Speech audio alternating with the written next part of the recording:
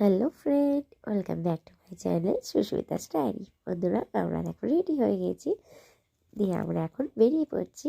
কোথায় দেখায় তোমাদের? দেখো কি সুন্দর লাইট দিয়ে সাজিয়েছে। আর আমরা কোথায় গেছিলাম অনেকেই কিন্তু দেখে বুঝতে পেরে গেছো, তাই না? হ্যাঁ, আমরা গিয়েছিলাম আমাদের চুঁচুড়া শহরে চলছিল খাদ্য মেলা আরিয়ানা। তো আমরা সেখানেই গেছিলাম। একটু দেখা যাক কী খাদ্য পাওয়া যায় সেখানে, কী কী নতুন নতুন জিনিস আছে। তো আর একজন যিনি, মানে যার কথা বলছি, আমার ছেলে, উনি 4 দিনই ভিজিট করেছেন ওনার দাদুর সাথে। যে গেছে সে মানে একটা জিনিসও তার পছন্দ হয় না খাবারে, মানে কোনোদিনই কিছু খাননি উনি। এই যে একটা ললিপপ খেয়েছে, সেটাও বাইরে থেকে কেনা। যাই হোক, তোমাদের দেখাই মেলাটা কি কি বসেছিল। দেখো কত রকমের চা রয়েছে এখানে। এখানে কম্বো অফারও চলছিল, কম্বো অফারে ফিশ ফ্রাই দিচ্ছিল। তো আমরা হলাম কম্বো অফারে ফিশ ফ্রাই, তাও আবার 120 টাকায়। তো ঠিক আছে, আমরা একটু ট্রাই করি। তো তাই জন্য আমরা এইটা নিয়েছিলাম।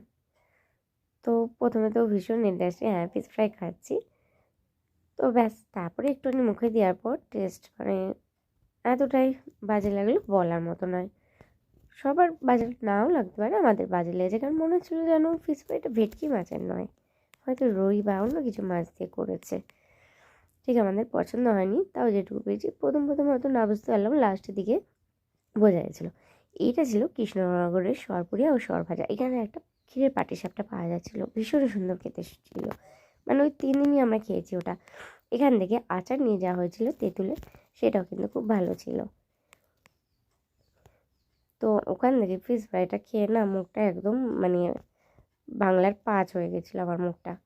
দেখো এখানে একটা জিনিস ভালো করেছিল, এত সুন্দর লাইটিং করেছিল, আমার ছেলের এটা খুব পছন্দ ছিল। আর ওই দেখো ওখানে ফটোশ্যুটের জন্য একটা জায়গা করেছে খুব সুন্দর। তো ওটাই তো আমায় যেতেই হবে। আর এখানে না খুব সুন্দর একটা প্রোগ্রাম হচ্ছিলো, কুইজ হচ্ছিলো। আর এই যে এনাকে চেনো সবাই, সোনাদি, ইনি অ্যাঙ্কারিং করছিলেন, তো আমিও দেখছিলাম বেশ। আর খুব সুন্দর সুন্দর অনুষ্ঠানও হচ্ছিলো এখানে। তো এগুলো দেখতে দেখতে টাইম কাটাবো ভেবেছিলাম, কিন্তু ছেলের অত টাইম নেই। তো আমরা এই দেখো এখানে পানের স্টলটা একটু দাঁড়াবার ইচ্ছা ছিল, কিন্তু হলো না। আমরা চলে গেলাম মাঠের ধারে একটু ফুচকা খেতে, মুখটা ঠিক করার জন্য।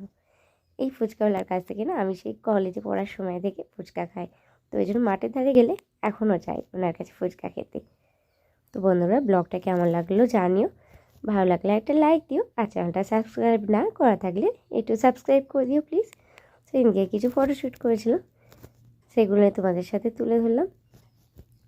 তো খুব ঠান্ডা পড়ছে বন্ধুরা, সবাই খুব সাবধানে থেকো, ভালো থেকো। আর আমার ভিডিওগুলো দেখতে কিন্তু ভুলো না। আমার সাথে থেকো, পাশে থেকো, এইভাবে ভিডিওগুলো দেখতে থেকো। চলো, আজ তো অনেক বক করে ফেললাম, তোমরা একটু ফটোগুলো দেখো। ততক্ষণ আমি যাই, এরপরে আসবো পরের দিন পরের ভিডিও নিয়ে। ততক্ষণের জন্য সবাই ভালো থেকো।